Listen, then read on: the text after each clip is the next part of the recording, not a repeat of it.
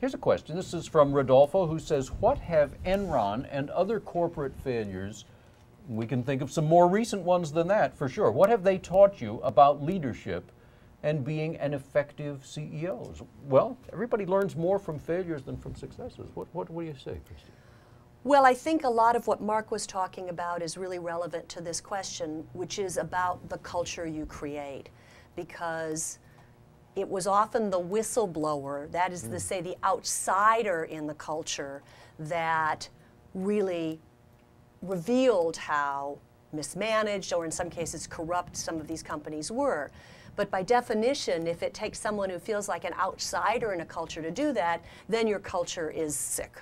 Mark, what are the lessons from these failures? Well, I think the biggest lesson for any CEO is that the responsibility that you really have is to the shareholders and to the employees, not to the balance sheet or the income statement. And I think what I think has started to change with these failures is really that integrity needs to be the #1 thing about your leadership style, and that short-term success it's just going to backfire at some point in time.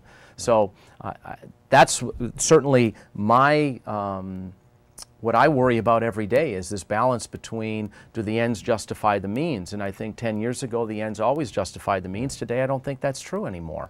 And I think CEOs are going to be rewarded for that today, to bring stability and integrity to the way they run the company, and to have people want to be a part of a culture that's about them, not just the executive group. And I think I've always worked for a European company. I've worked for the French for 13 or 14 years, and I've worked for the Germans now for the last 12 or 13 years. People may not know TaylorMade is owned by Adidas. Yeah, owned by Adidas. And so the Europeans really have a different mindset about the leadership of a company and where the responsibility is. So I feel like they've taught me really about corporate responsibility in a really good way for me. And I think the use of the word rewards, Mark, is an important one here, because often what can happen is there's a disconnect between the reward structure and what you're really trying to achieve. And when you look at some of these companies that imploded, it was in part because, to be blunt about it, people were getting major financial rewards from doing things that actually were against the long-term interests of the shareholders in the company. So boards of directors in public companies have an obligation to align compensation and rewards with the shareholders, but CEOs have that obligation and managers have that obligation to do that within the culture itself. It's a great point, too. The incentives at Lehman Brothers, for example, were insane. You get what you incent people to do. Exactly. They got what they were paying for. They really did. Here's a question from Tracy. How do you measure the value of social media? It would appear to be more applicable in some industries versus others, which stands to reason, and it's a very current and good question. You spend a lot on marketing, but I don't know what you do on social media. Well, we're like everybody else right now. We're in a flux. But Mark, your company has something going on right now in this space where you are, people may not know, you are sending 2 guys around the world on a kind of wacky trip for a job which is going to involve managing social media, right? Correct. We definitely are going into the social media space. I don't know how you measure it. I don't know if it's going to be successful in our category. I think the question is really good. At some, it makes a lot of sense. I think what makes sense about it is the speed of communication, how fast you can get your message out. So we're traditionally about big brand messages, new product technologies. I think social media is a different animal there. It's about this engagement with your brand and a one-on-one connection. But I think it's really, from a marketing standpoint, it's yet to be proven as what is going to be the real effectiveness of that. The good thing, though, I think, is that this is not an aspect of marketing that's particularly expensive. So it's, I think, important for all brands, especially brands that want to connect with people who are under 30, and there are very few brands for whom that's not an important market. But it also helps to connect back to, remember the book Tipping Point? That idea of there are certain people who are connectors, who are influencers, and they can have a disproportionate influence for good or for ill on the perception of your brand and even the purchase of your products. So I would definitely encourage making that a part of your strategy. And as I said up front, it's not something that's especially expensive. So you don't have to say, well, am I going to do TV this year or am I going to do social networking? You can do both. Yep. Here's a question for Christie from Barbara, who says, family-run businesses generally outperform other businesses, but there are challenges working with family. That's always the case. What was your biggest challenge and how did you overcome it? Well, I think the questioner obviously is knowledgeable about family businesses because they do outperform on every measure. But there are risks. I think one of them is that they can be more insular. Often family businesses, even publicly traded family businesses, will form boards of directors that are basically the advisors and friends of the family or relatives. And I believed from the beginning that a strong independent board was really an ally for me. So that, I think, is one pitfall.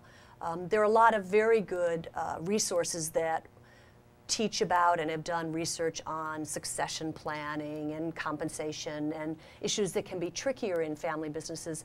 But I think the interesting point, and it relates back to things that Mark and I were talking about earlier, is one of the reasons I think they're more successful is that they take a longer view. They value their people more. They understand that they're building a business and a brand over a horizon that's almost the antithesis of the quarter-by-quarter earnings. And those qualities are available to non-family businesses. Right. Right. It's often puzzled me, actually, why bigger companies don't learn the lessons of family businesses. Because they're not secrets. That's right. You can see. Right. Okay. This is from Patty. It appears that management today is more of a knee-jerk reaction to budget cuts and layoffs. The economy is cyclic. Whatever goes up must come down. So why can't they see this and not be so quick to lay off or cut payroll? Question mark, exclamation point. Okay? Patty feels strongly about this, Mark. What Patty, I think we all feel strongly about it, Patty, and it's really a very difficult situation. You have short-term financial responsibilities that you have to deliver, yet you just look beyond that and you know that if you do those short-term layoffs and you make those cuts, how are you going to build your business going in the future? So I think it's a really difficult thing today, and then you compound that with the speed of change of businesses, and so you're not really sure that the old model, which had all this infrastructure, is really the model that's going to win in the future. So I'm not really answering the question. I'm more saying I think it's a real challenge for businesses today is how do you balance that? Do you feel that you've had a little more freedom in this regard because you are part of a much larger company? It's and a European company. And a European company. Right. Now, sometimes that can be a bad thing because they'll put really heavy demands for immediate performance on you, but they might not. No, the company that I work for, Adidas, has been more than wonderful in terms of allowing us to do the right things to build the business for the future, which, to your point, you don't need to be a family-run business to have the right values, and the company that I work for has those values.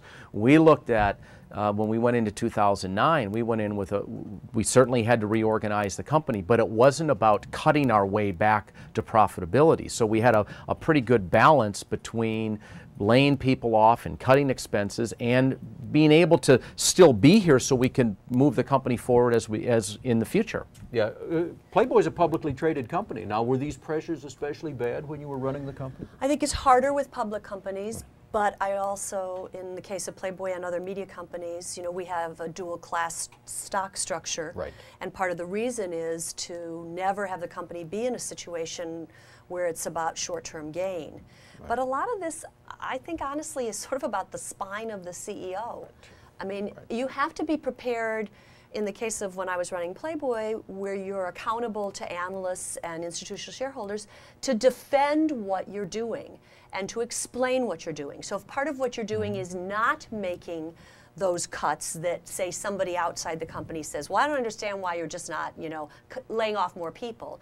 You need to be able to talk about because it's people that drive the business, because we'll take the hit in severance anyway, then we'll take the cost associated with trying to hire new people and the time it'll take to get them up to speed, and instead, here's what we're doing. So part of it is actually having the, you know, kind of confidence in your own judgment and a commitment to those principles. I totally agree. I'm very glad to hear you say that because, Patty, I have views on this also, having studied it for a long time. I mean, I do think that a lot of it is the courage of the manager because managers make these moves, these cuts, often out of fear that the market will punish them if they don't do it. But the fear may be unjustified. Frequently, if you can do what Christie says and explain why you're not cutting people or why you're not cutting marketing or whatever else it is, the market may very well understand, and there's evidence to support it. I mean, it's not just me or us saying so. There really is evidence to support it. And there are a lot of the best companies have a record of not cutting these things. And just to build on Geoff's point, at the end of the day, the market is buying a story, and I don't mean that in a dismissive way. I mean, they're not buying the results you've already produced. Those are baked into your numbers. They're buying the narrative of where you're going. Yeah. So your ability to communicate what that narrative is, including if a part of that is things you're not doing as well as things you're doing, is actually at the end of the day what is going to drive your creation of value. Yeah, it really is. Here's a question from James, who says, what leadership issues do you think will be most important for leaders to face in 2011? Broad question, could be anything. Mark, what do you think? Well, James, what I would say is that the biggest challenge that businesses face today is the speed of change. I just think it's so fast, and I don't care. I'm in an old, stodgy industry in golf equipment, and it's changing so fast it's hard to keep pace. So to me, that's the fundamental challenge of any business today is how do you change at the same pace of the marketplace. So that presents very interesting challenges for the leaders of companies. So what it means to me is that the leadership model has to change dramatically. It can no longer be command and control. It needs to be to give away the power and not to abdicate it, like you said earlier.